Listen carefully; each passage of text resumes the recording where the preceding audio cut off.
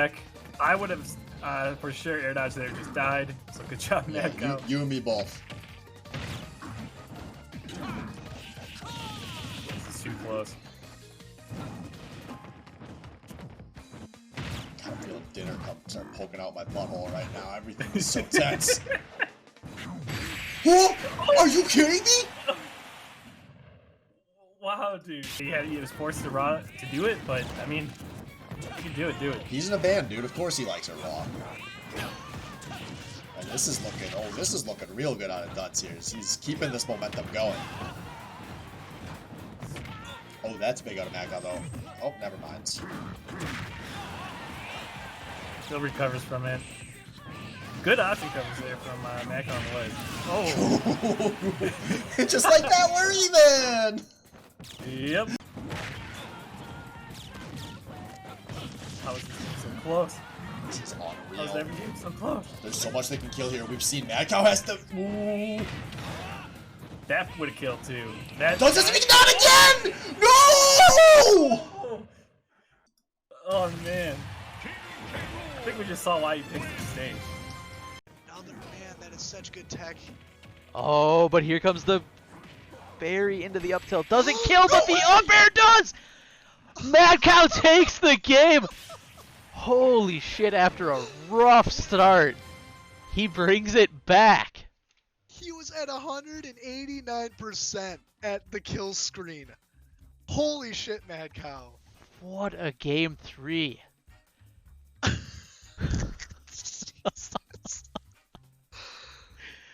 Oh, man. Still in awe that he pulled that off. Holy shit, I want to go back and watch just that last stock. It's just The whole night, dude.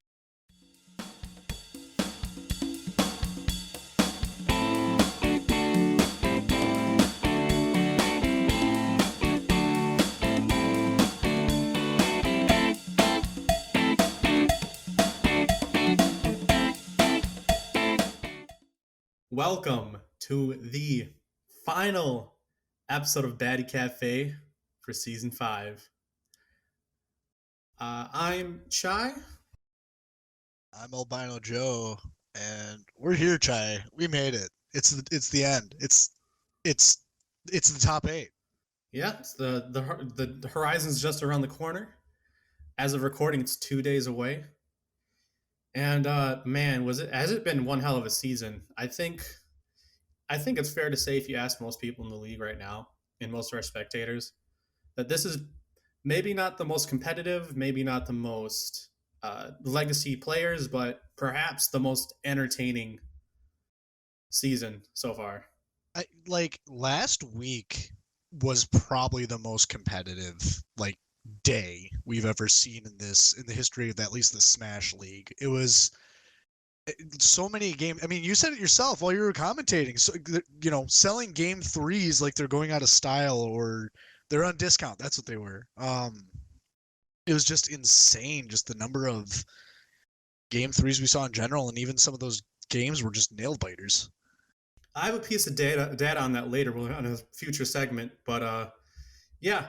The name of the game is Game 3s, and I think the idea of having Division 1 Swiss is a fantastic idea, and I don't think we'd have games like this without it. Yeah, and just to kind of wrap a nice, neat bow in this whole entire season, before we go into the last week, we even had the elimination bracket. That was crazy, and I just want to give a shout out to Huckletune for winning that. Yeah, shout out to Huckletune. I almost want to call it the AJS award, where you're good enough to almost make the cut, but not quite. Similar to last season. Huckletune, you almost made it to Division 1 Swiss. You proved that you're the bomb and that you can definitely get it done in the elimination bracket.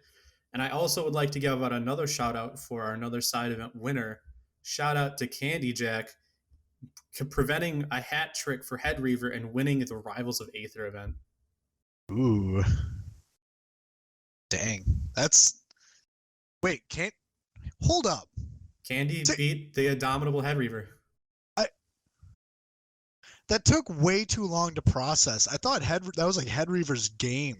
He was just going to wreck. Wow. Now Props to Candy. his Zetterburn puts on so much goddamn pressure. And it's like a very unga Zetter, but it works. Sometimes it works. I mean, hey, heavies. That was the name of most of the top 8 for last week. The heavies run amok and they're worthy to be afraid of. Not all the time. We'll get to that. What I want to get to first, though, is this season's final player of the week. This is another another player who's been a player of the week before. He was last season. And we have now Mad Cow as our player of the week going into top 8. Yeah. This man. This man is right. Like last week, he got into bracket beating Duds. That alone, in my opinion, is enough to get there. I mean, Duds was kind of on a cold streak for a bit of time there, as he, lost out to Lars, and that kind of made him do the W shape in the bracket. But then, yeah, Mad Cow got the win on him, and then even in the playoff bracket, Mad Cow played Blaze, which, I mean, in my opinion, that was close. I would have given that to Blaze personally, but Mad Cow, as he knocks off all this rust, he just beefy, scaly croc coming at you. Yeah, no, we were talking about how the engine just needs to warm up and it'll be getting ready to go. And he got it revving in time, because now he's definitely looking just like his his previous self, where he doesn't start off strong, then he goes in hot, then he places top 5. It's the Mad Cow special. The Mad Cow special. Hot damn. Speaking of special, though, again, congratulations to Mad Cow.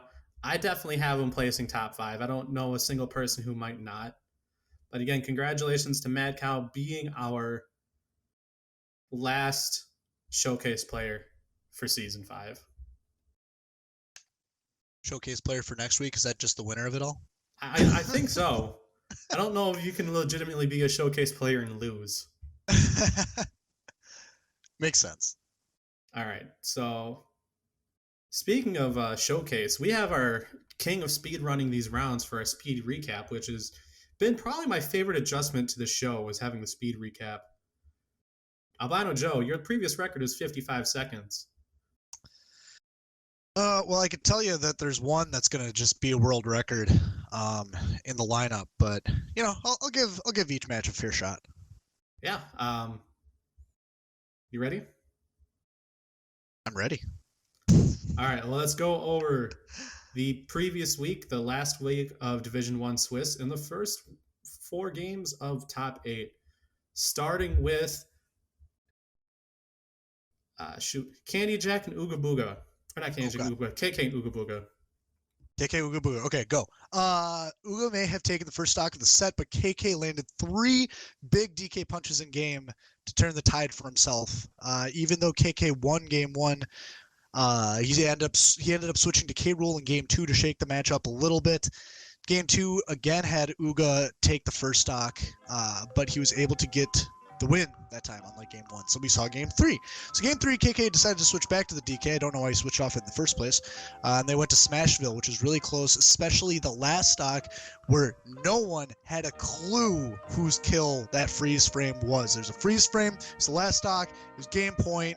It was insane. But it turns out that it was not KK that got hit, like the casters and viewers all thought. It was KK sealing the fate of Ooga, and Ooga ended up flying off the stage, and he died to the monkey foot that could penetrate the cold steel minecart and time. All right. 57 seconds. And everyone and their mom flipped out about that monkey punch, and for good reason. It's such a jank move. We've had people get killed with the tie hitbox. We've had it go through the Z-axis and just miss people. It's a weird move. Yeah, well, so is that freaking minecart, man. You never know when Steve's going to jump out of it and you're stuck in it. Fun. If anyone can take advantage of this, Alpha Mew mixes it up really well. But out of all the Steves I've seen, most of them jump out of the cart before it gets pretty low to the ground. So if you just want to read a jump back air or something like that off the top, that's my piece of advice. Bit the facts. All right. All right, next match. Candy Jack versus Chai. You ready? Go. Go. All right, 2 sorties duked it out between Chai's Cloud and Candy's Big Boy Lonk.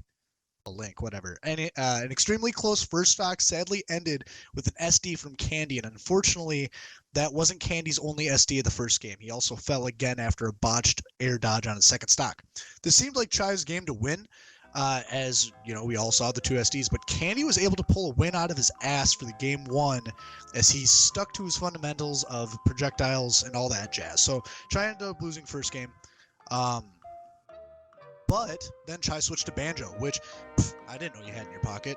At least not to that, caliber. Switched to Banjo into game two, where he earned his first stock on Candy of the series, as opposed to the SDs that we saw. Banjo's decent, unconventional projectile game really shown throughout the game. There was a lot of kill confirms with Wonder Wing, up air, and F smash, or up smash and F smash. Game three had a lot of line. Tick, tick, tick, tick, tick, tick, tick, tick. Candy played Done. very. He lost at the end. All right. So short story, and we'll get to it later. Candy is just having a rough day, and I have a Banjo as a strict counter pick. He's really, really boring to play a lot of times, but for certain matchups, especially projectile-heavy characters, Banjo does fairly well in the projectile-to-projectile matchup, and I was able to get away with some extra sharp cheddar to get a match over Candy Jack and to get in the top 8. He did well, and I just want to quote AJS in the middle of that cast too. Something before we go on. He said that if you win this would be your most monumental win, I believe, of Baddy Smash. I don't believe that. AJS said that. I believe that was said. I'd have to say my two are Jim when he put a diss track on me and I beat him game 3. And G Harris when I called him overrated and then I beat him with Robin would be my two. All right, G Harris, I'll give you the Jim diss track, man. It was all in good fun, but I think your fundamentals are no hate on Jim Bone or anything like that, but your fundamentals are better than his. All right, enough of this match though. Let's go to one of my favorites. Let's go to Duds Mad Cow. Ready? All right, let's do it. Go. All right, so Duds Mad Cow, and Duds in spectacular Duds fashion, SDs as normal in game 1, but as Falco really dealt the damage. Kill confirms were not in his wheelhouse though, as Mad Cow's second stock, as he was playing K-Rool, was taken at 200%. The end turned into a nail biter, but Duds lost too much ground with his SD, and Mad Cow was able to take his last stock with an F-Air off or from the ledge. Sorry, game 2 had no swaps, as it was more of the same minus Duds giving up the SD. This turned out to be the change that was needed for Duds to take the last stock in a ballsy down air, which I linked personally. I prefer the dare. It's a great song. It's a great song. It's a banger. Let's go. Game 3, no swaps again. Last stock started with 0% for each of them. Like the last stock, Mad Cow was able to take Duds' third stock with an up air on the top platform on Memento sub 100, which was kind of BS. Mad Cow got the win over Duds, I believe. Yeah, 58 seconds, almost to 1 minute flat. Mad Cow, he's somehow both the most underrated and overrated player, and it depends on when you ask during the season. And this is Mad Cow. Like, you forget that he went into this 2-1. I was looking back at it and I thought, we always talk about him starting up a little late and kind of getting, in the flow. No, he's pretty good this season. Yeah, and he plays the RPG game, Chai. Like he starts out level 1, and then as you get better in those Final Fantasy games that all the kids play, the one with Cloud in it, you do so much more damage at the end, and that's where Mad Cow's at.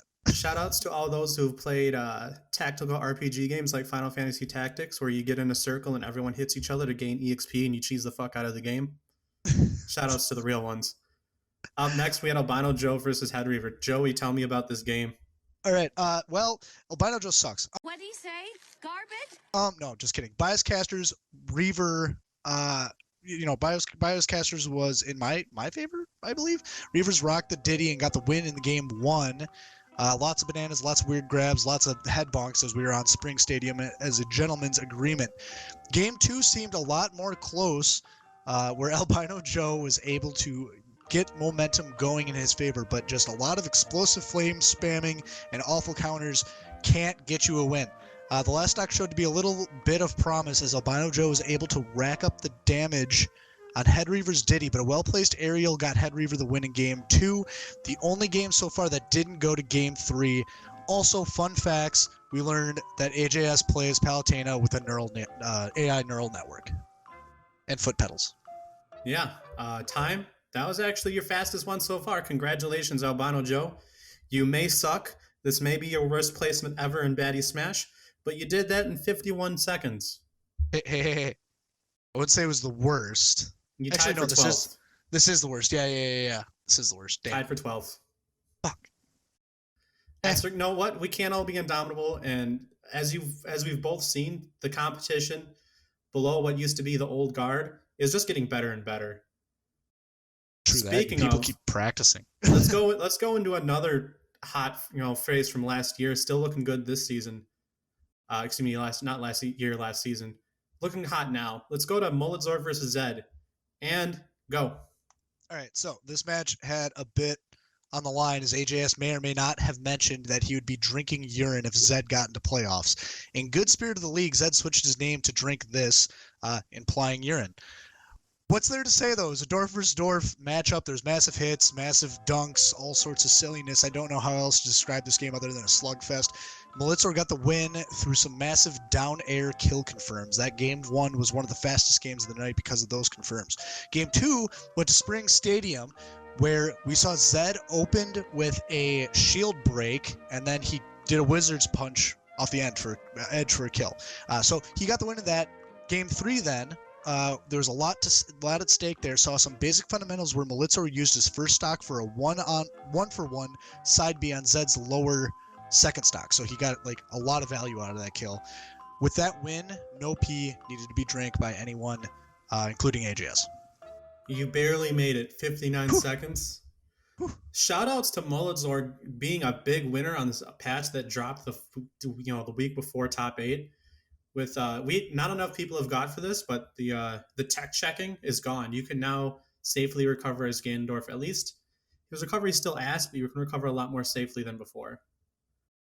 And gotta say, can you really ever get upset when you're watching a Mulledzor versus Zed matchup? You're watching a Ganon versus Ganon. God, get Tree back in the fucking league while we're at it. Jesus. Only thing I'm upset about is our boy didn't get to drink some pee, but you know what? I have a feeling it may change someday in the future. Oh, I thought you were thinking Zed was coming back. He's going to win it all from the sideline or something. He comes back after he's been eliminated like it's the fucking Bachelor. No, it's WWE, man. We got big names. People making names for themselves here. I don't know why both of us went to the extreme polar opposites of fictitious drama on television, but it be what it do. All right, next match. Blaze versus Cax. Go. Oh, okay. So Blaze took a massive lead at the start of the game, but had a ballsy kill attempt that led to an SD. So it didn't cost him the lead by any means, but the SD didn't have a chance to come back to haunt him. And shortly afterwards, he sealed the match with a win. Game 2 saw no swaps, but went to Spring Stadium. The story was a little bit different there, and it was a lot closer of a game. Cax seemed to have a bit more of the download going for him, but it was really made close, not tilted in his favor. 0% on the second and last stocks for each of them really showed that Cax was a lot more competitive in the game. But even he ended up getting the win at the end of game 2. It wasn't tilted in his favor, but he ended up getting a win in game 2. Game 3 went to Smashville, where Blaze took the first 3 stocks of the night, or the first 3 stock of the night, and undid all of Cax's work. Almost there. Time. 59 seconds? Man, this is the hardest match for me to watch because I really like both of these players. One is my ex-roommate. One is both me and Simple's favorite player in the league with Blaze. So I was really happy however this match went. I'm surprised to have seen both of these people at 1-2. But you know what? Not everyone can be top 8. And Cax, you had a good run. He was my vote to be the one player to go 0-2 and still make it out. He did his best, but you can only do so much. Great job, Blaze. Yeah, honestly, that second game was copied into the first and third slots as well. Like how close that was. Like Blaze really was in control of the whole entire series. All right. Yeah. Next round. speaking of Blaze, having to come off of another hot win going to the next one, we had Candy Jack versus Blaze. Ready? Let's do it. Go. All right. Blaze really closed out the gaps on Candy's Link. He was able to kind of get into his face a lot more than Candy seems to be used to. So the first game was really on his terms. Candy was able to match him to an extent in the short range game, but Blaze is playing Incineroar, so let's be honest, he was just too strong and led a solid lead throughout most of the game, even keeping 165% on his second stock before he died. Game 2, so he ended up winning game 1. Game 2, Candy swapped to Young Link, where the first stock he really applied a ton of pressure. He got the first stock very cleanly, but Blaze really evened it up with a stellar Alolan whip off the stage and a spike that I was convinced Candy SD'd, but no, it was insane. Blaze just popped off. Candy's second stock appeared to be closed out with an SD of his own with a bomb and air dodge. Looking to get into the playoffs from the 2-2 position, Candy couldn't close out Blaze's Incineroar. A well-placed side B killed Candy into the ledge. You're slipping a little bit there. I can't read. That's my second language. That's fine. That's fine. Candy, again, had a rough week. But as he said in the Smash Chat Discord, we take those. Blaze will take that. And what will be interesting is that Candy Jack is definitely on the Mithra Pyra chain. And I know that he really likes Young Link because of how safe his moves are, but you know what? Mithra, her moves are stupid safe. Candy Jack's loving her. I know he was a big Sheik player in Smash 4, so I think this is his replacement.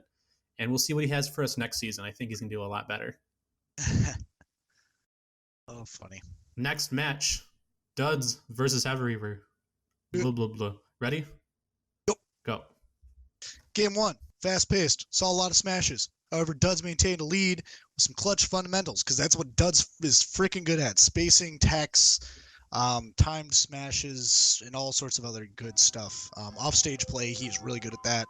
That all got him the win in Game 1. But then Game 2 saw more of the same, as Duds at one point charged an F smash attack and kept charging it to avoid a counter of Reavers as he was falling. That gave Birdie the first blood, so to say. Lots of spacing throughout the match really gave Duds the edge. Also, I think Reaver used bias casters against himself, which, I guess he used it in the game with me as well. So I guess, what's going on there, Reaver? Is this like a... I think it's a reverse psychology thing, but it just didn't work out. Fair. I'm done. You actually got that done pretty quick. That was 52 seconds. If you don't count me chiming in and causing you to have a little bit of a break there. Oh, no. Plenty of time, Try. Yeah, plenty of time. But yeah, Head Reaver. He was also a player that I did not think he was going to be one of the O2 players to make it almost out of here, but damn. He decided to put on his big boy pants. He played well, but again, Head Reaver, you've always been on the cusp of coming back in the top 8. You're almost there. You got tied for 9th. But great job this season. Proud of you. Heck yeah. Last match of Division 1 Swiss going into top 8. We have Molozor versus Ooga Booga in what might be the fastest recap ever. Ready? Yes, sir. Go.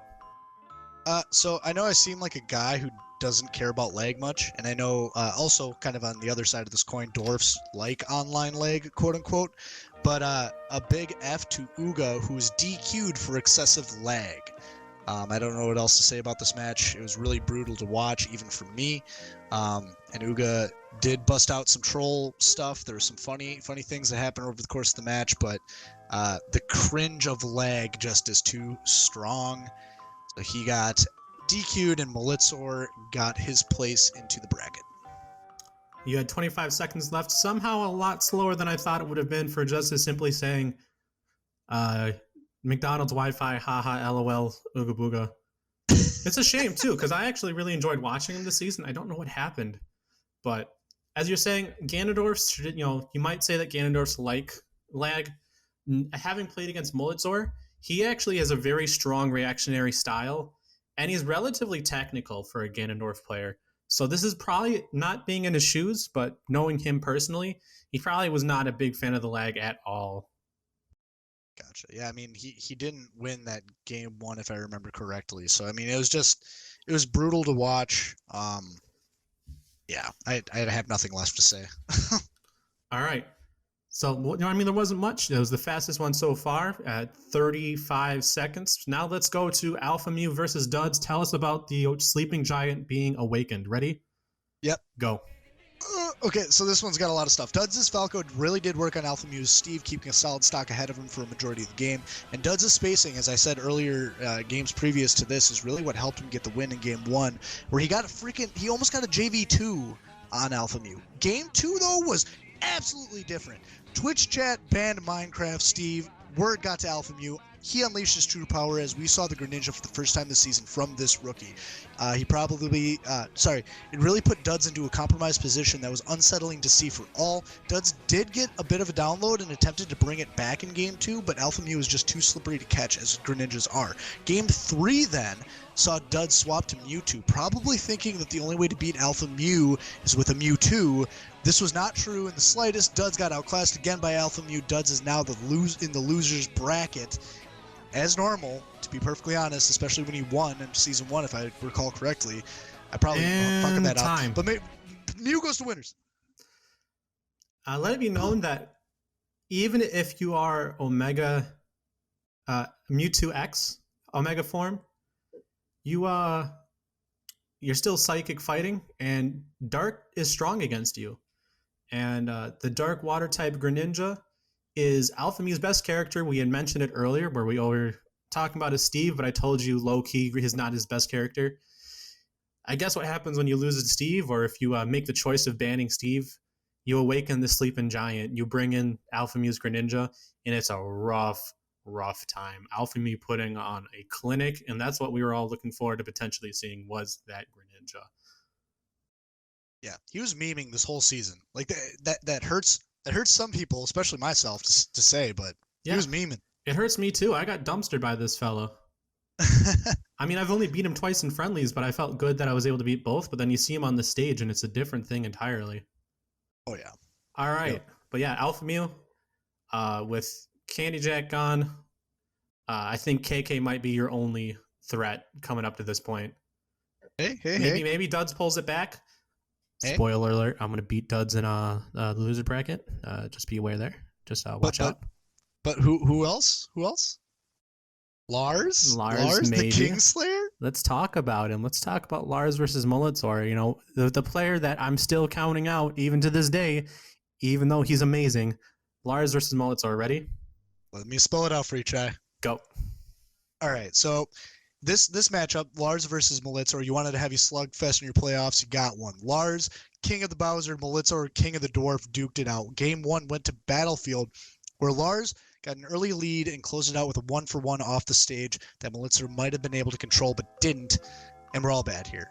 Game 2 saw no swaps though, but it went to Kalos, which was great, was close, and had all sorts of goofy, heavy stuff that we all love to see, and that led to Molitzor getting the win. Game 3 went to Small Battlefield, where it was close throughout, but Molitzor had an SD, which likely cost him the game in the set. Fun fact of the set, though, Lars has painted himself to be the Lethin of the league, where he's looking to beat all the quote-unquote kings of Baddy Smash. Duds is one of them, as he won a season prior, and I believe KK did as well. His name was 2 down, 2 to go. Molitzor is going to losers. Lars is going to winners. He's gonna take him down. Just barely over the 1 minute mark. I don't know what happened to Lars. I even saw in the super hidden secret Ganondorf only side event that's going on after the season, that he is doing other tournaments and events on the side. This man is putting on a shit ton of grinding, and it shows. Fun fact, he's only lost once this entire, if I recall correctly, he's only lost once this entire season. That was to Blaze. Ooh. Yeah, fun fact. The gods of Baddy Smash can't beat him, but Blaze is one of those on the cusp, and he was the only one to beat him, and that was in Division 2 Swiss. Dang. Second to last match of the night, speaking of our our fiery Incineroar Prince, going against our player of the week, Mad Cow. Tell us about this match. Ready? Do it. Go. All right, Blaze's third match, I believe, of the night. Played very well. Lot of evasive maneuvers and solid hits throughout the course of this matchup as he played the Incineroar and Mad Cow played the K Rool. Clean fundamentals really got him to the win in the first game. Not much more to say about it. But game 2 saw no swaps and it went to mementos. Still the same story, but the ending is where everything was very different. Like the last 20 seconds. Mad Cow got a solid fair spike while getting to the ledge, and Blaze was trying to get off stage to do some sort of offstage maneuver. And then Blaze SD'd on his last stock, which took it to game 3. So Mad Cow won game 2 with a lot of luck and a little bit of skill, but it's better to be lucky than good in this league. Game 3 went to small battlefield. Blaze used the platforms to his advantage. Blaze held a hell of a lead throughout the game and almost lost it. The last stock approached critical mass. And did lose it. The last stock approached critical mass where Mad Cow was at 189% in the freeze frame of his kill. Rough. In the freeze frame of his kill. It was rough. It was brutal to watch. It was hard to see, especially because Baddy Smash has been so well known for its SDs.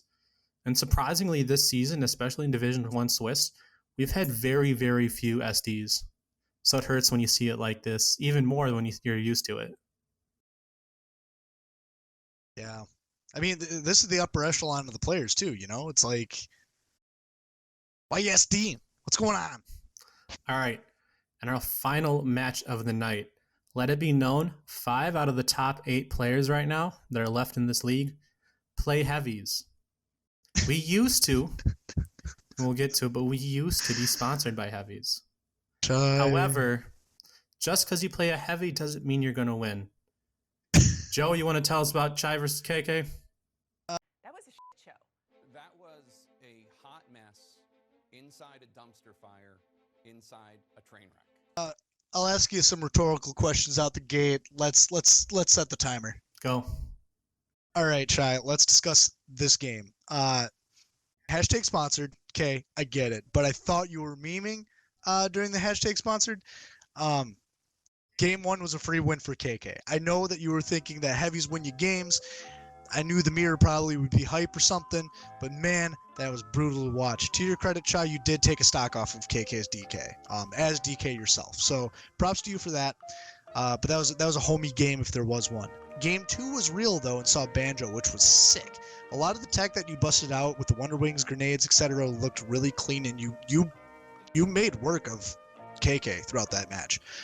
Pretty much almost a JV3. Chai, you got the win in a very convincing manner on Spring Stadium in that game too. But game 3 saw DK Come on, let's go. and Banjo on small battlefield. Everything played out the same, but it was in reverse. KK was the one who was getting the advantage. And you lost. Yeah. Fun fact on how the DK thing went down and why I turned it from something I actually practiced over the week into a meme is that KK messaged me on Discord.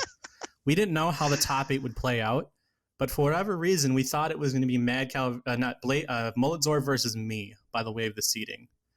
So he told me that if you're playing against Mulledzor, you should play DK because he was struggling a lot against recovering against DK. And although I have personally said, and now that we're not sponsored by this anymore, they can fuck themselves.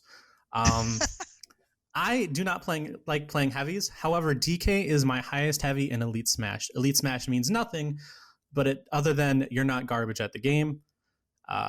DK is pretty high up there for me. And I'm like, okay, I play DK dittos with KK almost every single time we play friendlies with him. Let's just see how it goes. I practice this character all throughout the week for a match that's not going to happen anymore. Fuck it, chuck it. Let's support our sponsors. Fuck the sponsors. Switch game 2. Big stage. A lot more space for projectiles pressure. KK took the L, but then he brought me to the one stage I forgot has really small blast zones and not a big amount of platform space. Just small battlefield. And as you said, it was just the complete opposite of a match. I hope to see KK again in the bracket, because the next time I'm not going to meme on him. Don't do it. No memes. I mean, he 3-stocked you on that game 3, dude. Yeah, Like, that was brutal to watch. A slippery SD at the end. I thought I had a second jump, and I did not. But you know what, KK, he adapts really well, and he deserved bodying me in game 3. Yeah, and that's something. I mean, we'll get into it later this show, but everyone's great at adapting, and everyone's really. I mean, all these players in the top 8 are great. So this is going to be a hell of a bracket that we're going to be watching into the next week.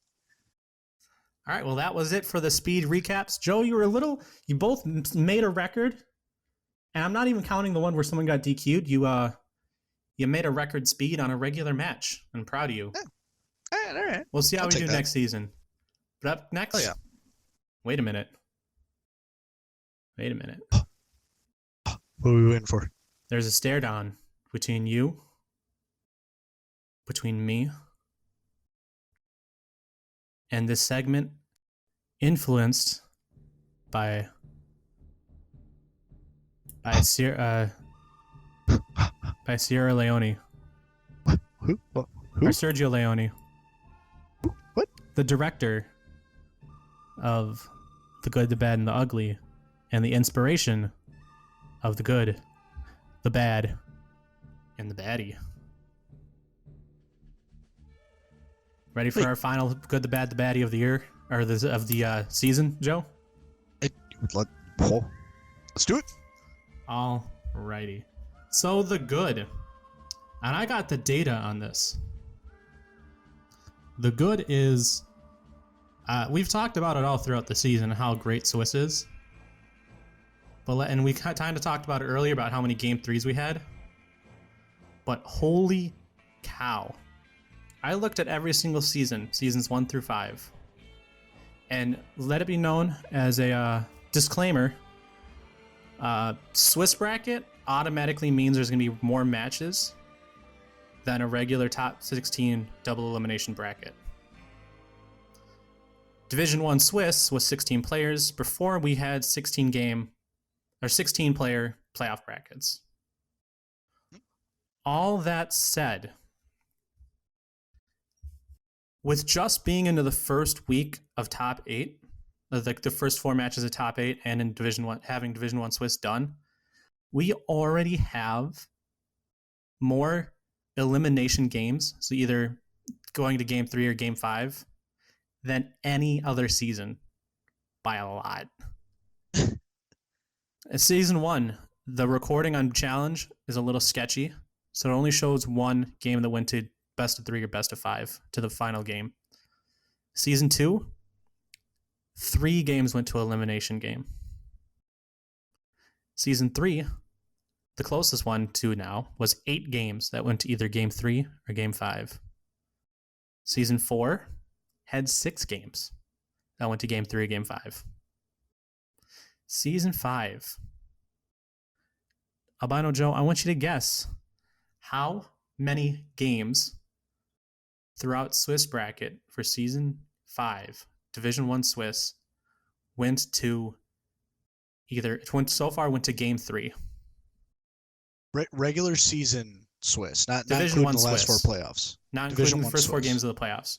I say that because we've previously had 16-person playoff brackets, but we only have an 8-person playoff bracket, and then the other 8 people are in Division 1 Swiss. So it's kind of like a hybrid, but we're looking at the top 16 players here. 10? Including Division 1 Swiss, and including the first 4 games of the playoffs for top 8. And mind you, we still have a bunch of best of 5s to come up yet. 12 games have gone to game 3. 12. Jesus. It's remarkably close, and my conclusion for The Good is that top 16 Swiss, and just Swiss bracket in general, if you have the time, is the fucking truth. This is how the game was meant to be played. Yeah. And that's what Swiss does, man. Everyone's close. Everyone's playing people that they're, everyone sees their bracket demons, quote unquote, right? Like everyone who is the same skill level is seeing each other, and then on top of that, you got all sorts of spoony stuff happening, like Mad Cow beating Duds, or Lars. Well, Mad Cow and Lars both beating duds. to be Lars perfectly just honest. existing. Yeah, him just existing is nutty. But yeah, props to AJS for coming up with this format. AJSZ and probably a handful of others I cannot recall right now, but for to see that many game threes, we're seeing a lot of close smash, and it's fucking exciting. That is remarkably exciting. And in eliminations, though, there are some parts that are less exciting. Oh no. Looking over it, I don't know what happened, if anything like this happened in Season 1. But we saw it this season. It also happened last season, and it happened in Season 2. The bad of this past week was that it was the third season in Baddy Smash history that I can recognize. Joe, maybe you can figure it out for Season 1 for me. I don't know if you competed in Season 1. I did, but yeah, go on. It's the third time now where injury or illness has negatively affected a player in an elimination setting. Oof. I remember you telling me about this. Season 2 had wrist problems. Simple in Season 4, who was trying to qualify for the next round when she was in Division 2, was basically throwing up on herself and had to quit halfway through that week. And Candy, admittedly, also was very sick. And you could tell in their gameplay that it really just, his gameplay, that although he is a fantastic player, we know it as such, he looked kind of bad. Yep. And it's very uncharacteristically bad. And it's really unfortunate to see that somehow, some way, for people not being able to compete, it always happens to be in an elimination setting, whether it be going on to the next round of games or going into the top 8. Yeah. Unfortunate. I don't recall anything from Season 1, Chai, but I also didn't know half these. Yeah. So Candy, I hope you feel better. We're rooting for you next season. But that was the bad. Oh God, what's the ugly? The baddie. Oh, I have it spelled on the script. I have it spelled with an IE. Is that right? I think you said that was right last week. It's right to me. Alrighty, good to know. We're on something here. I mentioned it earlier when you asked me about my match. Baddy Café is a brand. Our second episode featured Wang when we talked about branding, right?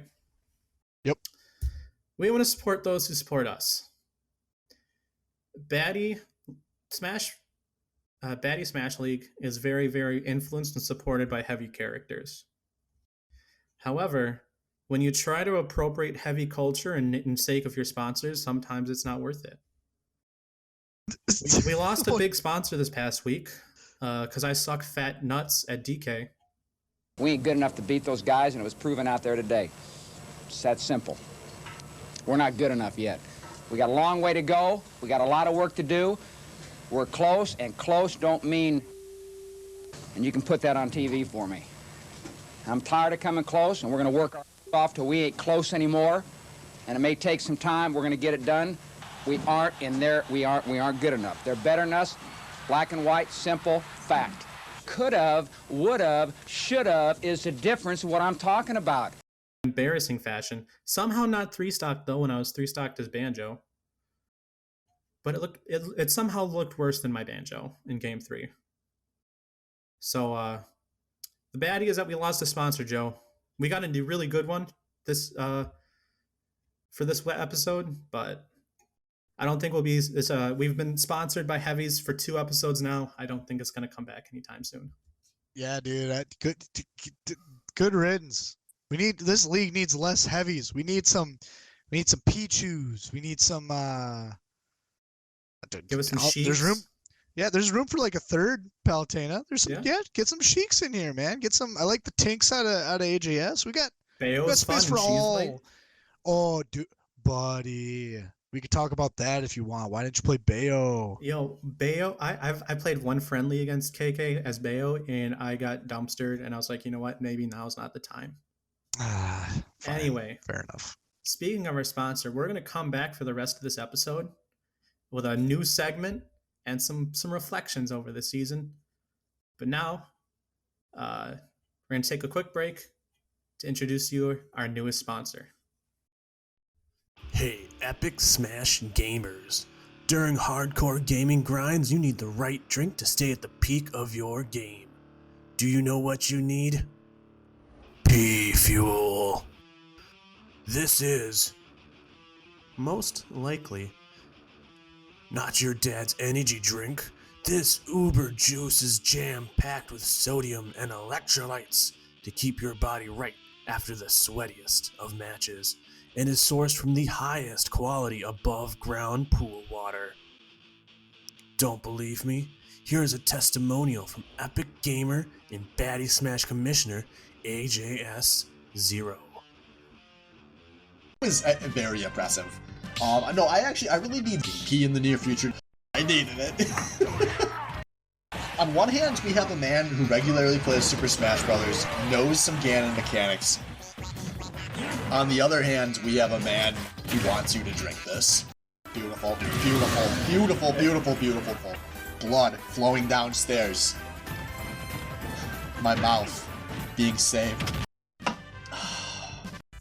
You know, this drink usually sells at a super high premium, but for a limited time, you can get a free sample at www.pfuel.com and use our affiliate code Prussia at the checkout. Right now, we've got our top flavors, Zetapis and Mecapee, both for free, so make sure you don't miss out. Again, www.pfuel.com, affiliate code Prussia. Now, back to the show. Thanks again, P Fuel, for the sponsorship for this final episode of the Baddy Cafe. I'm back again here with Joe. What's up? Albino Joe. Let's get straight to the brass tacks. There are 8 players left. What do you have as their order and placement, and why? Oh my god. You know, my style is there's like 14 people that are in top 8, so this is extremely hard for me to do. There are 14 people in top 8. I just say there's 14 people that are worthy of top 8, and I just put them all in there anyway. I thought you said there's 14 people in top 8, and I had some serious questions. Yeah. Well, we're here now. There's 8 people in top 8, as it should be. Head Reaver, myself, a couple others probably should have been here too. Not bumping anyone out, but you know, that's just how it is. But talking about kind of the actual who is going to be top 8. So, without question, at this point, Alpha Mu is going to be number 1. I can agree on that. Yeah, I don't think anyone would have a problem with that one.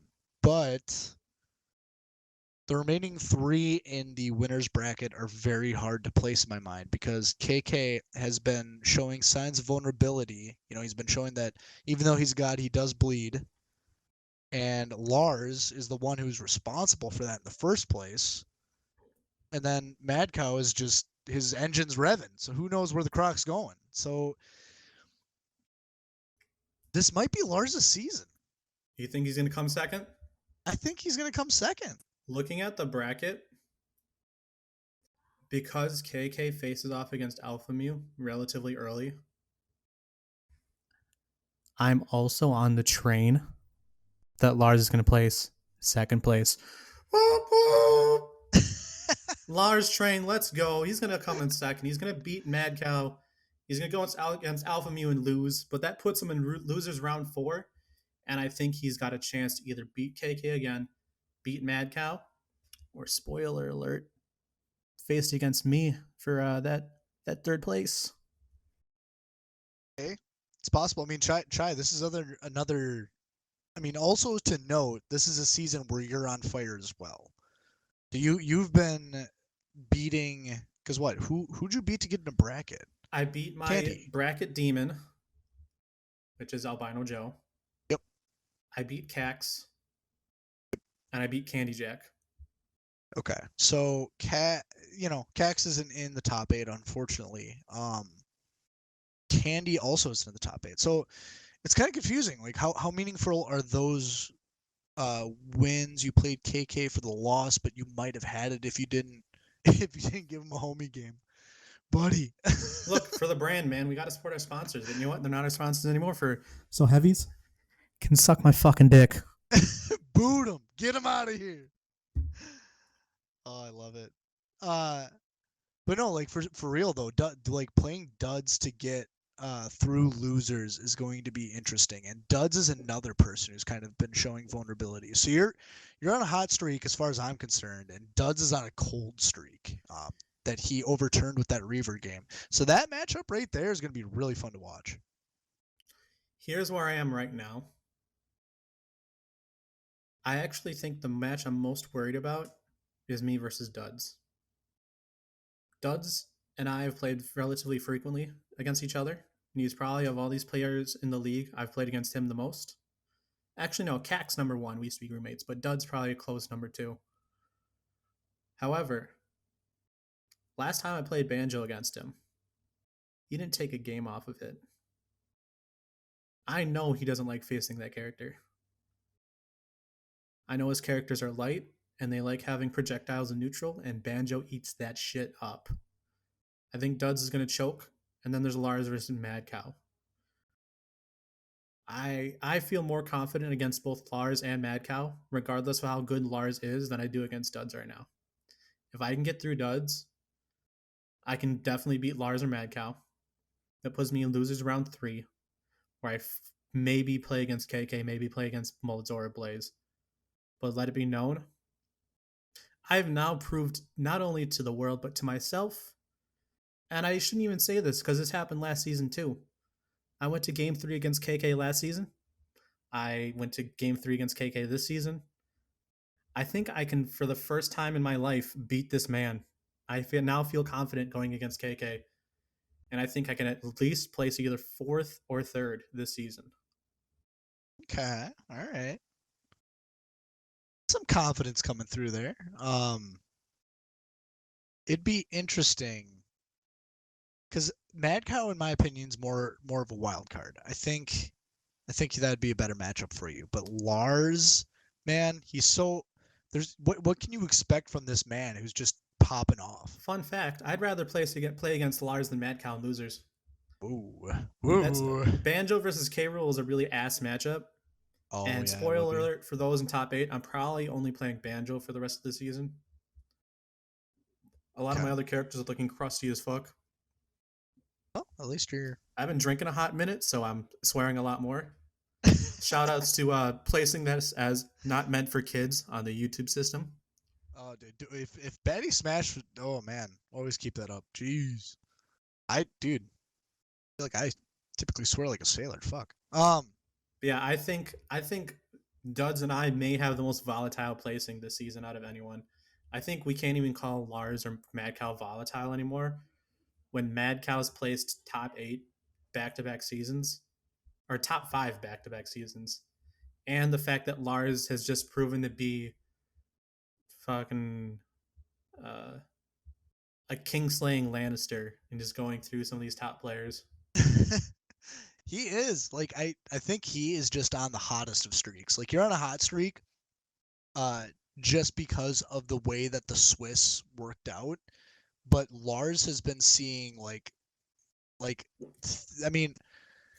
Oh man, okay. I'm just gonna get on my soapbox and say this now. So I'm gonna start. So we did the top 2. Let's start from the bottom now and stack up to those top 2. Chai, I'll give you that third, fourth position. I kind of see your logic there, and I see it working out that way. But man, I do not respect dwarf players. I don't know what it is. I don't know why I'm like this, but I just think anyone who plays dwarf is ass. I say that about Zed. I say that about Tree. I have to say it about Malitzor. I mean, I think he's going to get 8th in this bracket. You mean tied for 7th? That, sure, yes. I'm personally terrified of Ganondorfs. I always do poorly against them. Molitzor and Friendlies, whom I've also played a lot, usually does pretty well against me. But Blaze has a decent record against Molitzor. They're 1-1 now. Molitzor barely beating Blaze this past time. And I see this game... wait, I can't even remember. Did Molitzor play against Blaze? Yeah, he did. And he lost. Oh, in the Swiss? Yeah. Yeah. Individual and Swiss. I see Blaze winning this. Obvious bias, because as I said, me and Simple are like his biggest fan. in the league, but I see Moldzor losing this one in a game 5 situation. So I think, hot take, duds, Moldzor are going to be 7th place. Ooh. See, and that's a weird thing to say. Like, Blitzor, yeah, okay, whatever. I agree with you. Duds, ooh. Like, your matchup is a close one of, like, you're the highest skill. I don't want to say this because it kind of discredits Blaze a little bit, but the high skill matchup in losers is the two of you, where either of you guys could get, there's a world where either of you guys get like third or second. I don't think you can call it a high skill matchup if both of us are in losers round 1. But Yeah. I accept the compliment. I think Duds is a previous champion, and I've always been the Chai. Hold the fucking phone right there. Okay, so Duds lost to Alpha Mew, who's favored to win it all, right? You lost to KK, who's been the past 3 seasons champion of the league. 2 seasons. So whatever it was. Cool X, you're a bitch. The end. Either way, you're losing to seasons past champion. Alpha Mew is this season's quote unquote champion, already called, already named, already crowned for all intents and purposes. So therefore, the two of you guys who should be higher up just by default because you lost to the best people in the league on paper, that's where you guys are at. Fair enough. Duds, I hope you listen to the show because I'm calling you out. I'm gonna beat you. I'm gonna beat you good. Shots fired. Fuck. All right, so those are who we have at 7th place.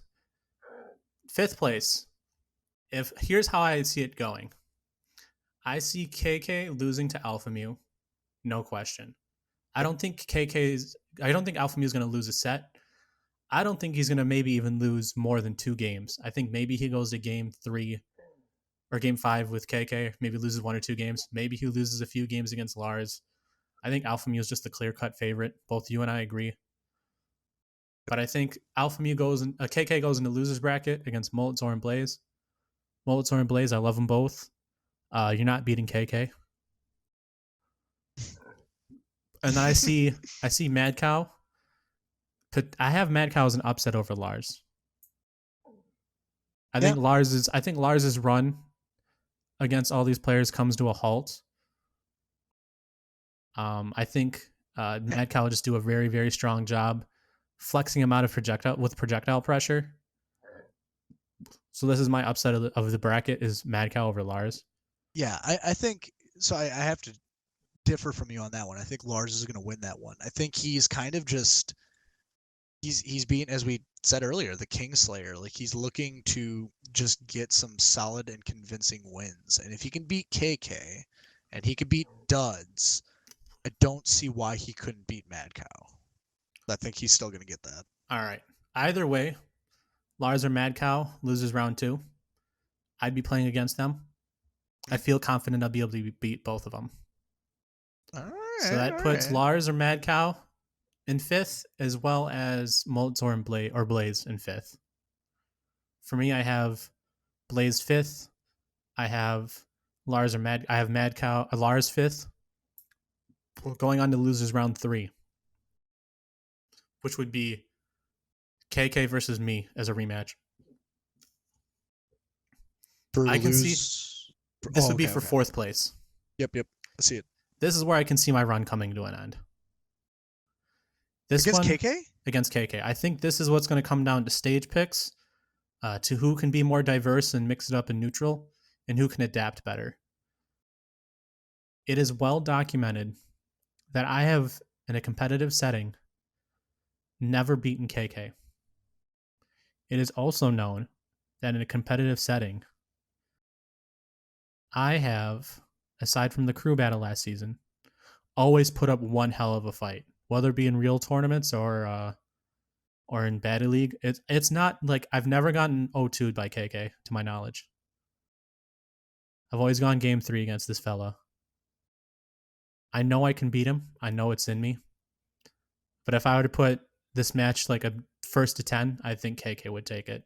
So I see myself going out at 4th place against KK, and KK moving on to losers finals. I have this have this ass backwards, I think. Because, I mean, let's center the bracket around you for a second. Okay, so let's say you do beat Duds. That's going to be a hell of a win. That's but a free Duds- one. Don't even say if. Oh, God. Okay. Chai comes through playing the loser of Lars and Mad Cow. Okay, so let's say it plays out how I think it's going to play out. You would play Mad Cow. And let's say, I think that would be really close. Let's say you win. You play KK. So if you end up playing KK, oh man, this feels very dirty to say, but I think at this point you have a better chance of beating KK than Blaze. That is the spiciest, hottest Fuego take. I 100% disagree, but I respect your decision to make the dumbest take I've heard in my entire life. Okay, listen. So you played KK in the first, the first round, and you lost to him. You threw game 1. You gave a homie game, as we like to say, which, fine, whatever. It happened. We're over it. Game 2, you dumpstered him, and game 3, he dumpstered you. Game 3, you need to find a solution. As you said earlier, Banjo's not good on like short stages or whatever thing Banjo sucks at. But like, if you can find the download on that with a character swap, because you have a cast that can like come in, your Bayonetta or a couple other guys, I think you got that in the bag. Like you have like 60% of the download complete. You just got to do the other 40%. And I think you could do it. Here's where I see this as actual complete blasphemy. KK is amazing. Also, Blaze is also very good. However, him and I play friendlies on multiple times a week, almost all the time. I'm in his Discord server. We're playing games all the time. I win against him most of the time. So the fact that you said I have a better chance against KK than I do Blaze, A is incredibly the hottest take. Hot and dumb are on a very thin line. Call it dumb. I don't. Yeah, it's a dumbass take. I think Blaze is good. I don't think he'll beat KK. And if he does beat KK, I've been blessed by the gods for an easy as fuck matchup. Because Blaze it'll probably be a game 4, game 5 scenario, but I will beat Blaze. Let it be known. Well, going back to the Swiss, I mean, the Swiss record stands by what your testimony is here. Blaze did go 0-2 against KK. But I don't know. I think, he's been looking really hot from the games that I've been watching of him, but I guess I'm not watching the right games. I said, as we both know, friendlies and real games are completely different. And also, Blaze never plays Incineroar in friendlies. It drives me insane. Okay. He keeps its secret sauce on the shelf for special occasions. That's how you do it. It's the 30-year-old aged bottle of Pinot Grigio that he likes to save for his special guests. Yeah, he knows what's up. I'm still going to sauce on him right. if I have to face him and loses round 3. But my prediction is that I go out at 4th place and we have KK and Lars or Mad Cow. I have Mad Cow winning. You have Lars winning. So semifinals would be Lars or Mad Cow versus Alpha Mew. Obviously, Alpha Mew is going to win that one. I think we're on agreement on that. So that would put KK or, in your guess, me against Lars or Alpha Mew. Or in this case, Lars. Possible, yeah. I would say Lars personally. We can't say that any of these matches are indefinite. We've seen some wild shit in our time. But I'm pretty sure it's going to be Lars versus me or Lars versus KK. And I'm never going to count Lars out. I'm on the train that Lars places second. I think he's the Season 3 Mad Cow of this season, where he'll pull some shenanigans and place higher than any of us would have suspected, but will still lose against the odds-on favorite. Yeah. And then second place, what? That leaves Lars as second place. Third place will be me or KK, according to both of our agreements. Yep. 4th, you or KK. 4th, me or KK. 5th would be Mad Cow, and Blaze. And 7th would be Molizar and Duds. Yeah, and Mad Cow and Lars, like those two positions can swap a lot. I feel like throughout. Duds, I'm coming for you. I think if we go into betting on Twitch, not a lot of people are going to bet for me. Duds. Duds, I want you to know. Come on over here. Come on, coward. Coward, I know that I want to punch you in the nose. I'll beat your goddamn ass, you son of a bitch. You're an intellectual dumbass, and I'm coming. You coward, you think you're a tough guy. I hate you, coward. We're gonna defeat this anti-human scum. We're gonna wreck their world. Oh my god. Poor Duds. All right, those are our predictions. Oh my god. What? Okay. All right. All right, chat. I'm looking at this. Looking at the script you sent me here. So, what exactly is the Baddie Data Pop Quiz? All right, Baddie Data Pop Quiz. So, one of the interesting parts of Baddie Smash culture that has come from this show is the absolute wretched opinion of WarioWare as a counter pick. And I figured, that came from me doing some research. So I had some extra time in my day. I watched every single VOD of this season. And I came up with a little bit of a game that you can play along with the listeners at home to see how well you remember the season and see if you can guess along to this pop quiz I'm going to present to you, Joe. Oh dear. Okay. This is data coming in from the entire season. I was going to first ask, what do you think was the most frequently picked first stage starter? However, after the third week and PS2 had a 10 game advantage, I was like, okay, everyone knows PS2 is the best starter stage. However, Albino Joe, I want you to bring up the stage list. I want to put it on the video. Okay. I want you to bring up the stage list. I want you to rank from 1 to 5. What do you think were the 5 most frequent counter picks? Counter picks? Yes, the most frequently picked stages to counter pick to. All right. Weird question. Does Spring Stadium count if it's a gentleman's on the second pick? In all intents and purposes, yes. Okay. All right. I would say Spring Stadium, Mementos. Wait, did you say top 5? Yes, top 5. Yeah. Memento, Spring Stadium, Northern Cave, Small Battlefield, and Kalos. I will let you change this one thing. Regular starter stages can also be used to counterpick. Oh man.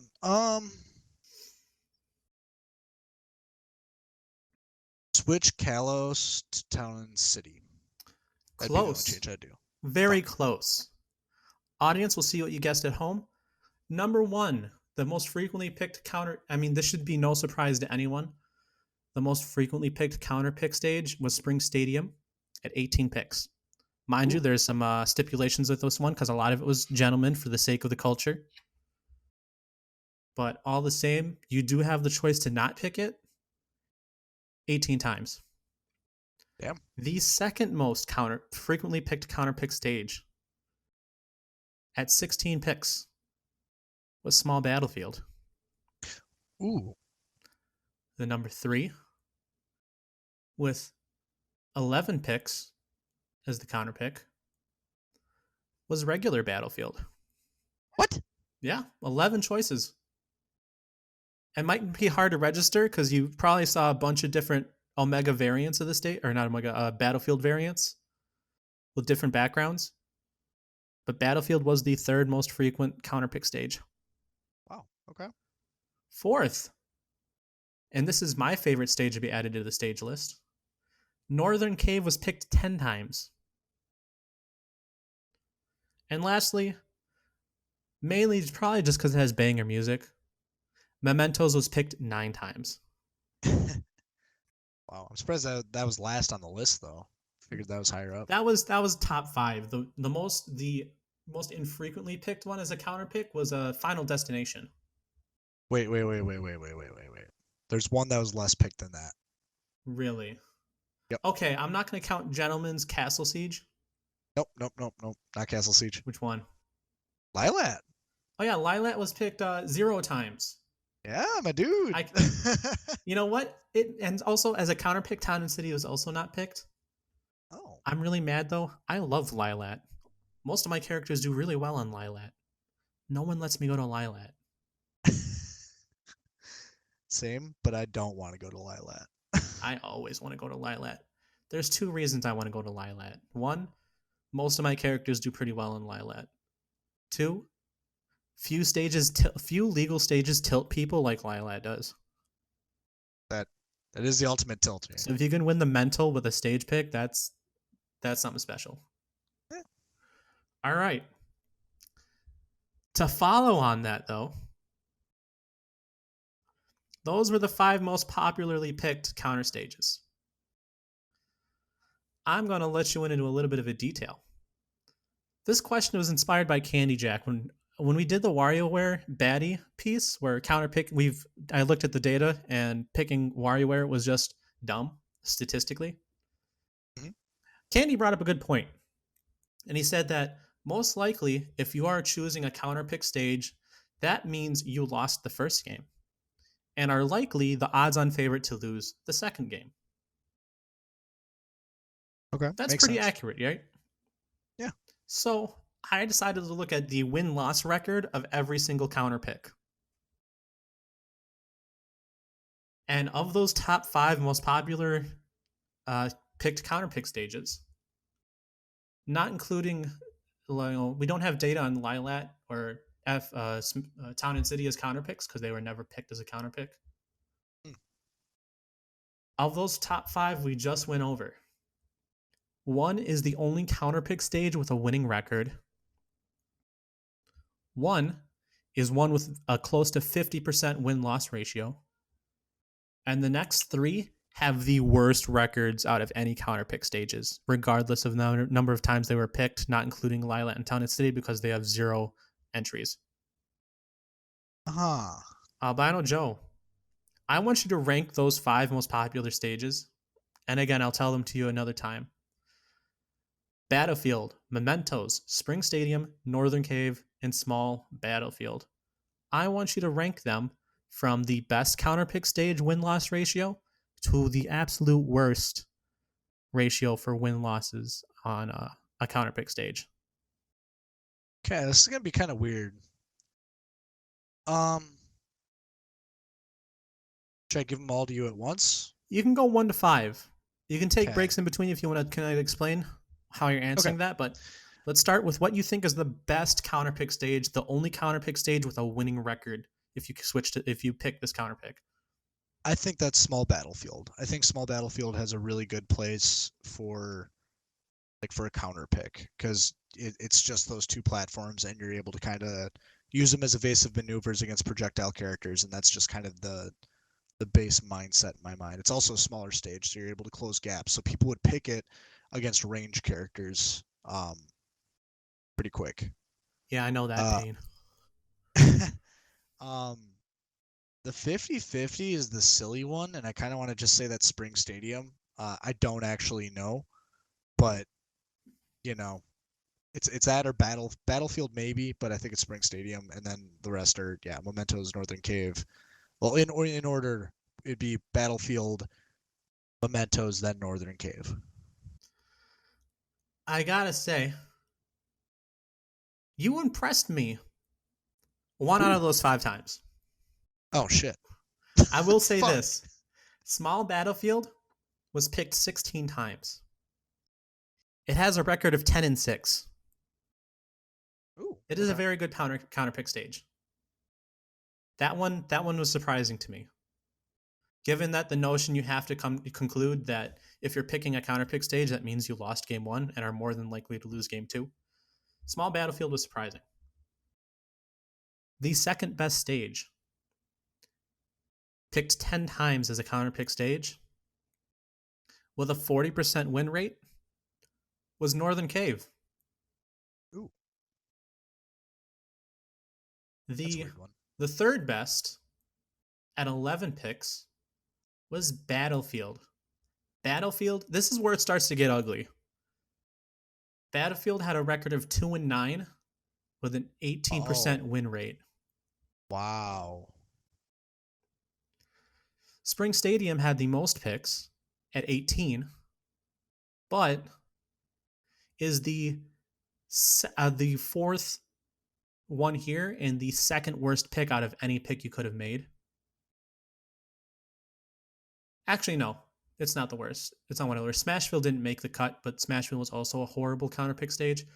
Spring Stadium had a record of 3-15, a 17% chance of winning. Oh man! And shoutouts to Mad Cow.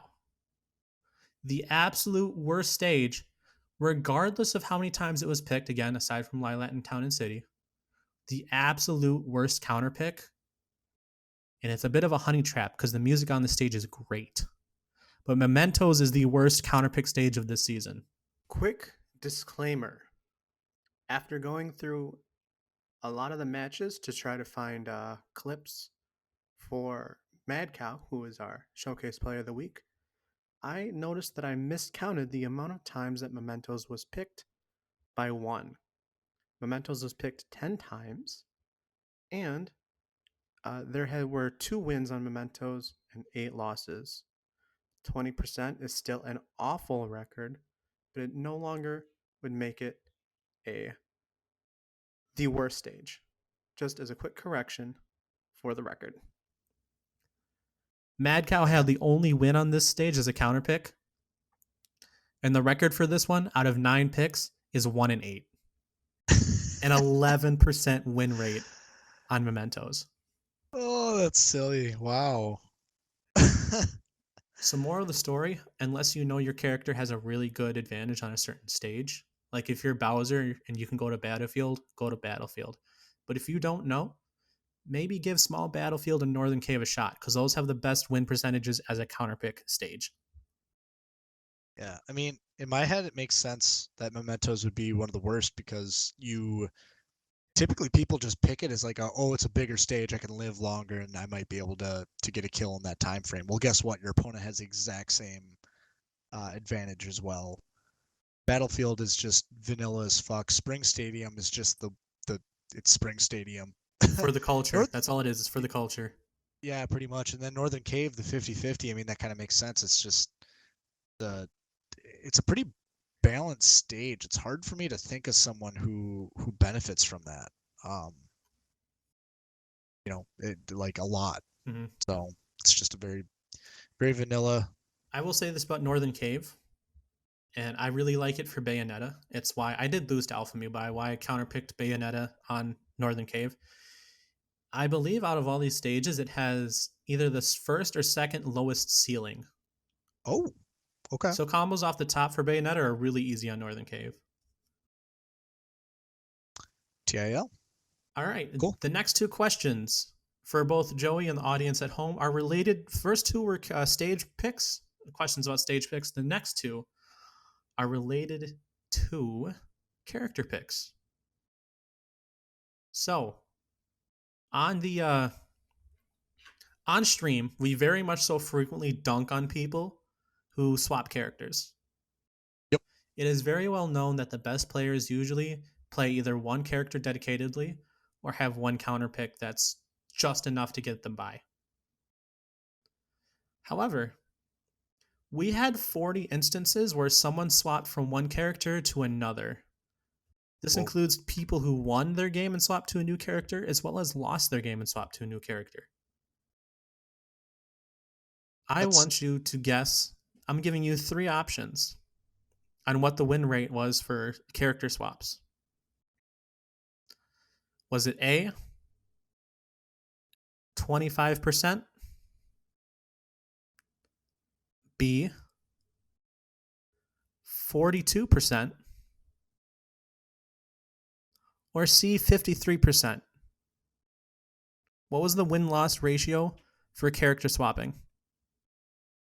This is tough because there's a few instances over the course of the season of people swapping and losing, even though they won the first match. So Shout I outs to have Head that. Reaver. Yeah, I have that fresh in my head, and I think KK did it too. Yeah, there's a small handful of people who did that. Oh, I want to say that I want to say the first option you said, but that can't be right. There's no way that's right. So I'm gonna say the 42%. Correct. It was 42.425%. There were 17 wins off of a character swap and 23 losses. We have a very wide variety of character swap styles. It could either be trolling, it could be you disrespect your opponent and you want to play something else. It could be legitimately you're just getting your ass spanked and you need to switch. But 17 to 23 is the win-loss ratio for character swaps this season. Yeah. Good to know. Lastly, these three characters are represented in the top 8. Ganondorf, K. Rool, and Steve. Also, these characters have representatives that didn't make the top 8. Of Ganondorf, K. Rool, and Steve, which character had the most wins?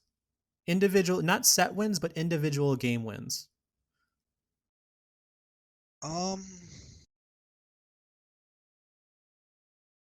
Ganon,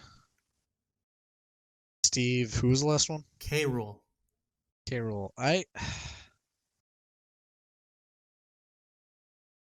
Oh man, I want to just say Steve. I want to say Steve. Like, yeah, I want to say Steve because like Uga and Alpha Mu were both like kind of on the top end of that Swiss bracket. Is this including D2 Swiss? Yes. Who? Oh my god. Or who? What? What? So Uga came from D2 Swiss. Steve. Steve, hands down. You want to know what's really surprising? I thought it was going to be Steve as well. Oh no, it's the dwarf. It's the fucking dwarf. It's not the dwarf either. It's not the dwarf. Who the fuck? I triple counted. It was almost tied for Dwarf and K. Rool. K. Rool at 14. Are you kidding me? I'm not. Who's all? Here's the list of people that swapped to K. Rool throughout the season. Zed, Ooga Booga, KK, I believe, and we have Mad Cow as well. Also, Blaze picked K. Rool for one game as well. That is silly. That's just representation from the whole entire league as opposed to like the two people that play those two characters. Steve won 11 games, and it doesn't help that Alpha Mu was D1 and just swept right away, so he didn't get a lot of games. Dwarf had 13 wins, and K. Rool had 14 wins. That's close. All right, well, that was the baddie quiz. Folks at home, let us know in the Smash Discord. How'd you do? What questions do you get right? And what questions do you have questions about? But, Joe, we're coming to the end of the season. I want to ask you just a little bit on reflection, have a little bit of a reflection from you and for myself about the season. How did you feel about your performance, Joe? It was your worst one this year. You're real busy. You're getting ready for Baddy's league, the Swain Baddy League for League of Legends. You're making content with me. You have a whole bunch of stuff in your life real busy that we're not going to get into, but how do you feel about this season? Yeah, I mean, just I came into the season not kind of the same mindset as last season, to be perfectly honest, where I was not expecting to practice a lot. And I was just kind of going to place wherever I placed. And last season, I kind of had the Mad Cow vibe, where closer to the end, I started cramming a lot more games and getting some of that muscle memory back. What really helps me is like when I don't play for a long time, I get rid of a lot of those bad habits. But as we saw in the game against Reaver, I use those bad habits. I mean, I fell right back into them. So, it's unfortunate that he knocked me out, but to be perfectly honest, I always like looking at the bigger scheme and the bigger picture of the whole entire league. And I think it's poetic justice that Reaver knocked me out because I like to shit on him a lot for not sticking to one character. And also, that Diddy hit me with, what was that, a frame 200 something nut that killed me like last season or the season before sometime. The one So I where knew what Reaver AGS was nutted on stream.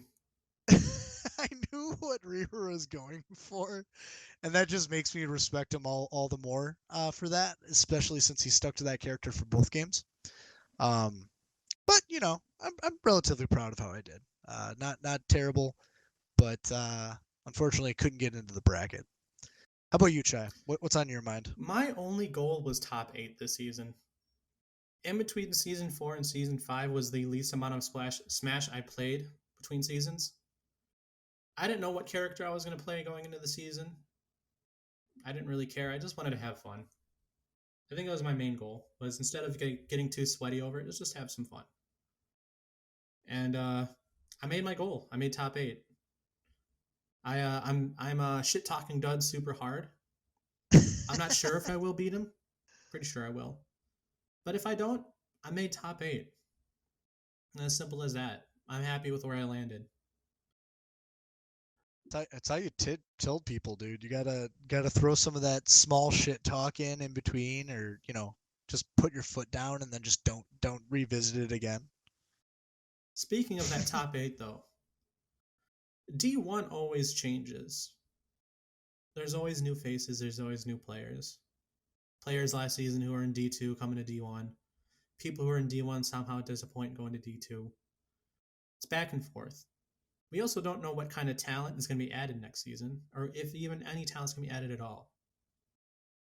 Joe, I have a decent hypothesis that you're going to get deregulated to Division 2. Yeah. And I have a very strong feeling that between, and I hope if this is the case, I would absolutely love this. I think the loser of, I think either me, me, Mulladzor, or Blaze are also not going to make Division 1 next season. One of us three will not. I think regardless of Candy's performance, I think he's shown enough of a legacy performance to make sure he stays in Division 1. I think if you throw him in Division 2, it's an absolute bloodbath. But I have a feeling it's either going to be, depending on the performance, it's going to be either me, Mulladzor, or Blaze going back again into going into D2.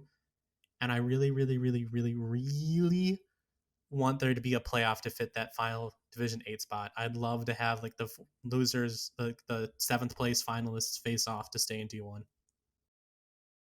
Yeah, no, that's interesting. I think that'd be hype as fuck. Yeah, I'm just trying to think. I think going into this season, Division 1 was just straight up the top 8 from last season, but replaced. How did Alpha Mew get into D1? I don't think he was one of those that kind of similar to me, similar to Candy, similar to KK as rookies, where all of them knew, yeah, this dude's the sauce. This guy has the ability to win it all. Yeah, and we go ahead. We want to avoid. I'm assuming this is AJS's mindset. He wants to avoid putting people that will completely dunk on the competition into D2 because he wants to keep D2 close and meaningful for the players that are there, for the players that are growing, and the players that are trying to make a name for themselves. Yeah. Yeah, no, that's accurate. I'm just trying to think because from what I remembered, I thought he just took the top 8 from last season and put him into D1, but I think we had one person leave. Kaiser dropped out. Okay. That makes sense. So, I don't know. Maybe AJS will shuffle him around a little, just like a wee bit like that. Because I mean, Candy is kind of one of those players that we would expect to see in that top 8. Unfortunately, he lost out, especially if he was sick. I mean, that's a valid excuse. So we'll see how the. I'm sorry. Go ahead. No, I just said it's possible. What you were saying. I see.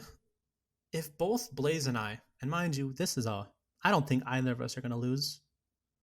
If either Blaze or I lose, or if both of us lose, if Blaze and I both lose and play 7th, hot take, I think he has a stronger body of work than I do. I think he would deserve that final top 8 spot over me. He's beaten Lars. He's beaten Candy. I also beat Candy. He's consistently shown 2 seasons in a row now that Division 2 is a joke to him. He's undefeated in group stages for Division 2.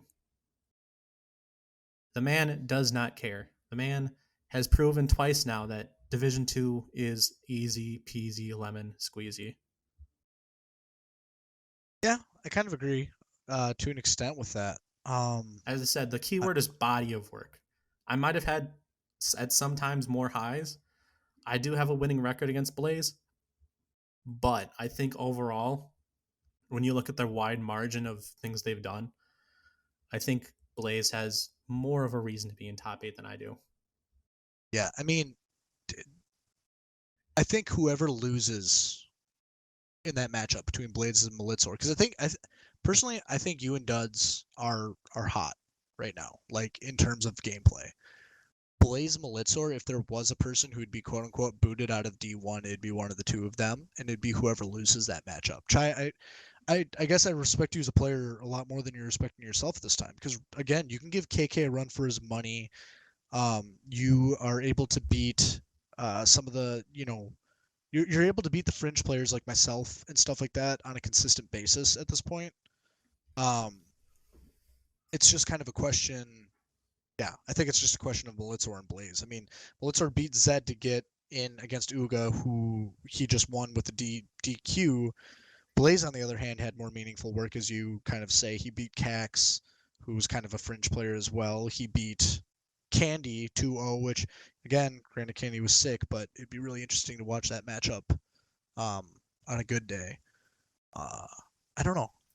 I will say this. I think Mecha T said it the most succinctly in Season 3, is that out of all players, and you do this somewhat as well, I play very close to my competition. I think he said it that if I was playing against Zero, or if I was playing against a 5-year-old, the matches would be close. And I think that's not too far off from the truth.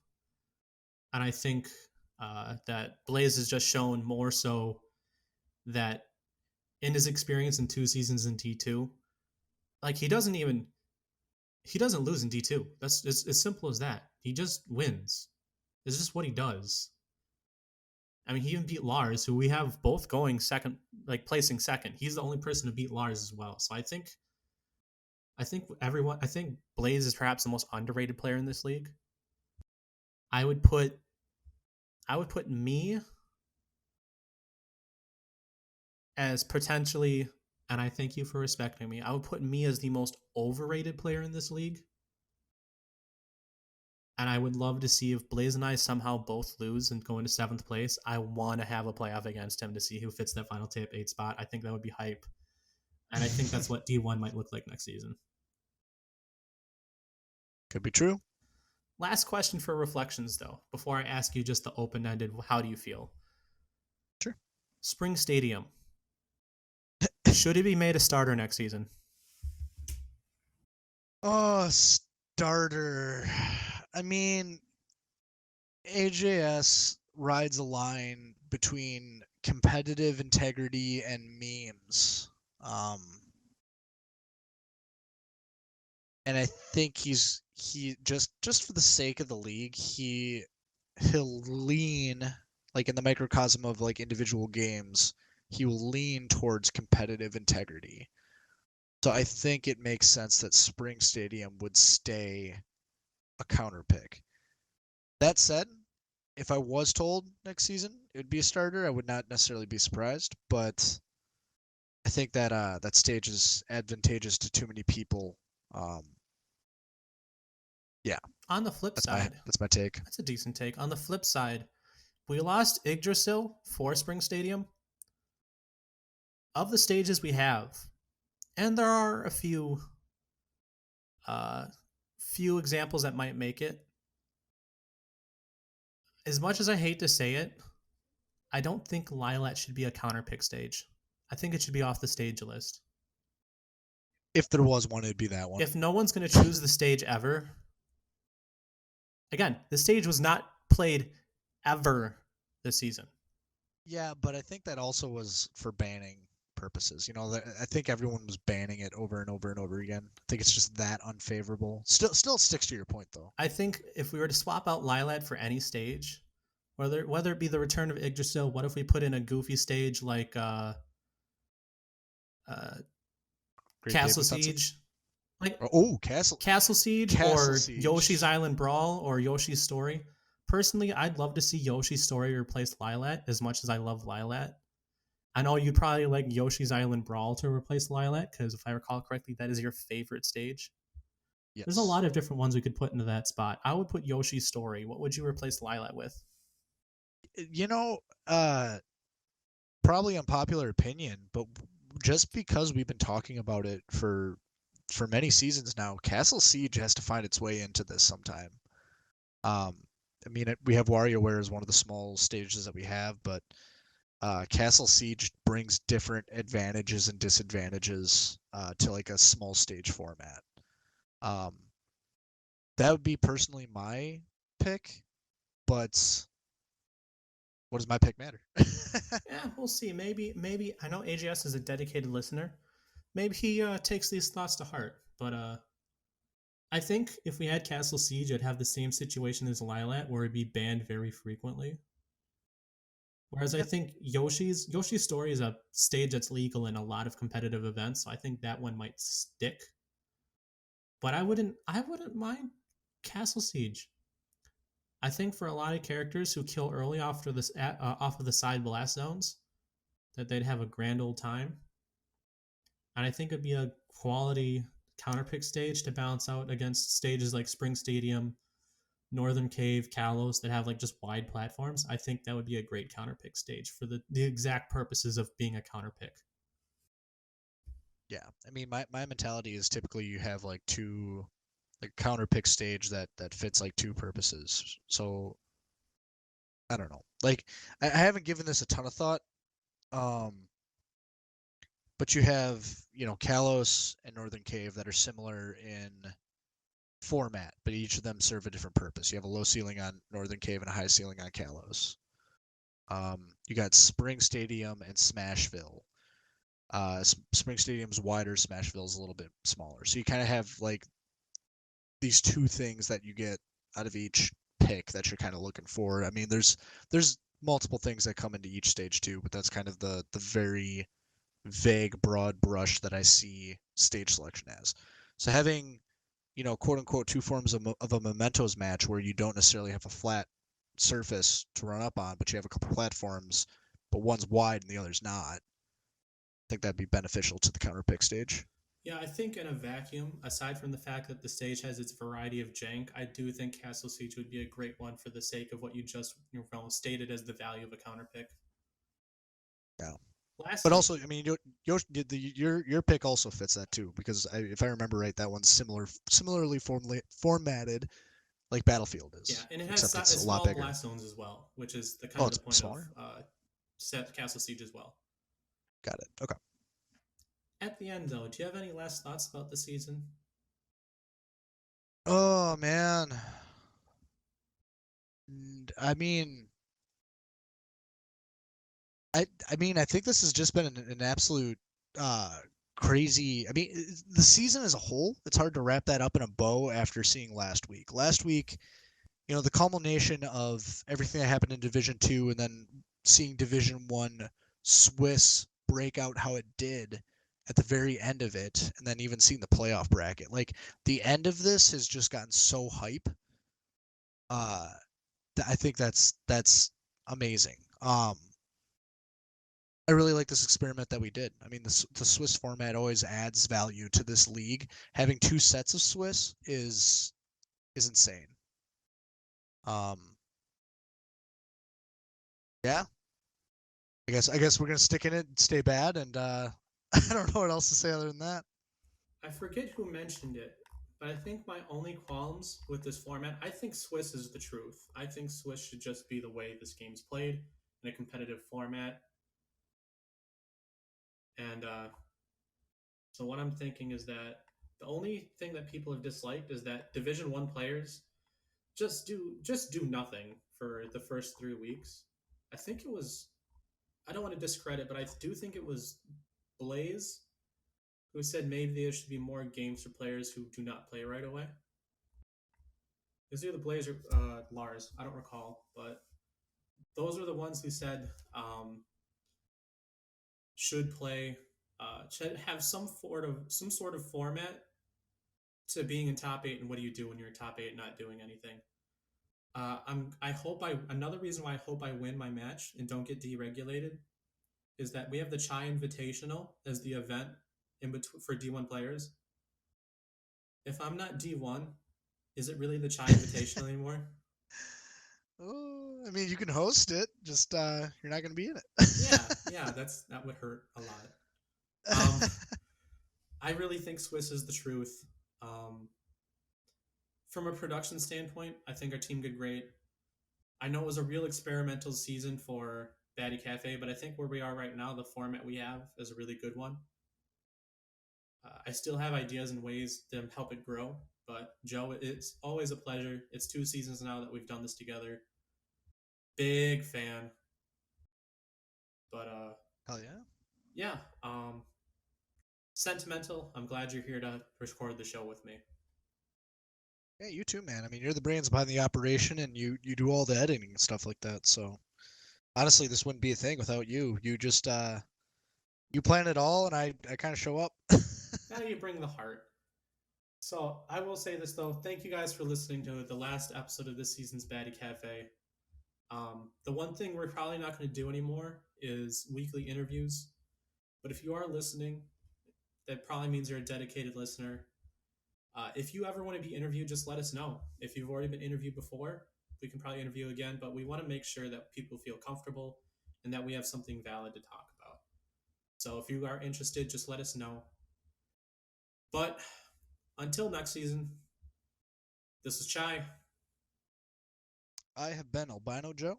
And as always, no Johns. All right, ladies and gentlemen, thank you for tuning in to the Baddy Cafe. The intro and outro music was produced by Headreaver, and this is a Baddy Smash production.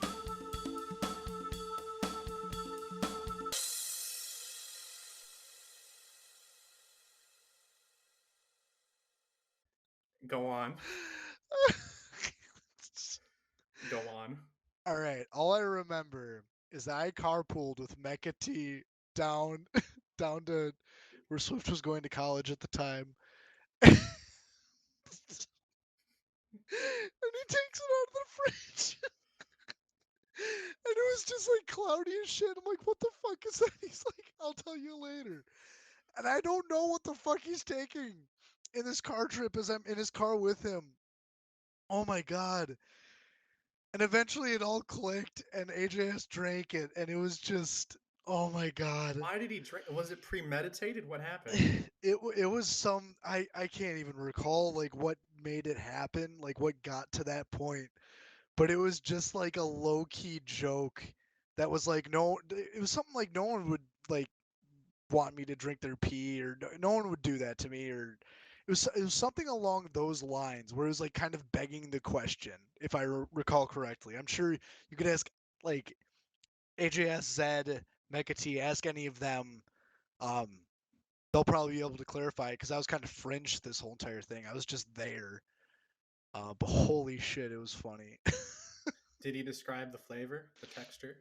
No, I cannot recall if he described the flavor other than holy shit, why is this cloudy? Well, oh man. At least I know. That's on recording, isn't